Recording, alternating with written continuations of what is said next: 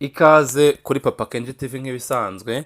Rero aka kanya nihuse tugiye kumva cyangwa se kwiga umumaro w'amazi. Umumaro w'amazi ku buzima bwacu, kugira ngo amazi nituyanywa bihoraho cyangwa se buri gihe nk'uko turi bubimenye cyangwa se turi bubirebere hamwe, bizatugira umumaro muri buno buzima bwa buri munsi tuba turimo. Ubushakashatsi rero buvuga ko hari ibitabo bimwe na bimwe nagiye nsoma aho bivuga ngo amazi afite umumaro ukomeye, aho dutegetswe kuyanywa mbere y'uko turyama ndetse na mbere y'uko tubyuka.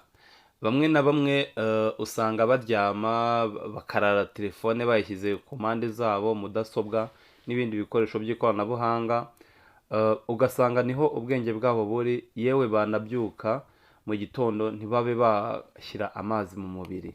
Ariko rero ni ngombwa kuko aya mazi afitiye umumaro munini umubiri wacu, kuko hari ibice bimwe na bimwe amazi akoraho mu buryo kugira ngo umuntu akomeze agire ubuzima buzira umuze. Ibyo bice rero harimo imikorere y'ubwonko, imikorere y'igogora ndetse n'uruhu.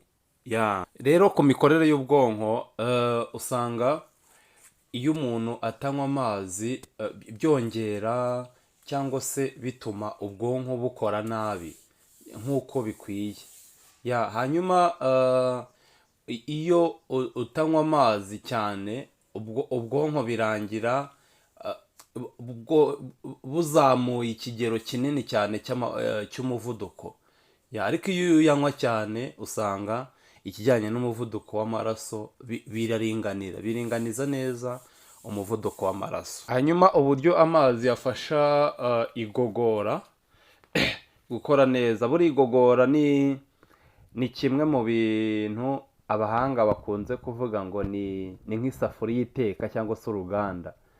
Hanyuma urwo ruganda mu mubiri rero ni igifu.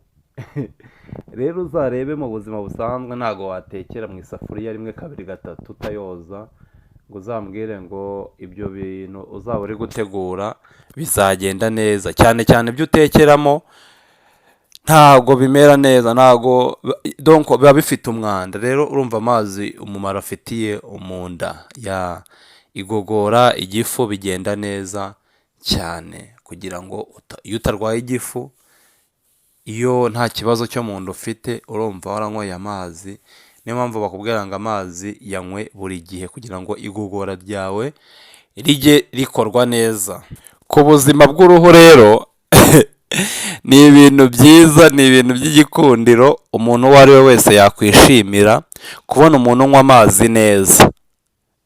Ukabona umuntu unywa amazi neza, isura, uruhu rwe, niyo yaba akuze uhita ubona ko akiri mutoya, ahorana itoto, ahorana akanyamuneza. Ni ibintu biba byigaragaza ku ruhu rwe rwose.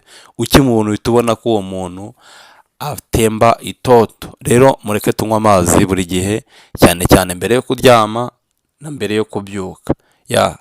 Ukibyuka ikintu icyo ari cyo cyose wagakwiye gufata cya mbere ni amazi. Hanyuma wenda ugasenga bitewe n'imyemerere yawe, ariko umumaro w'amazi tumaze kumva haruguru kuri channel yacu Papa Kenji TV.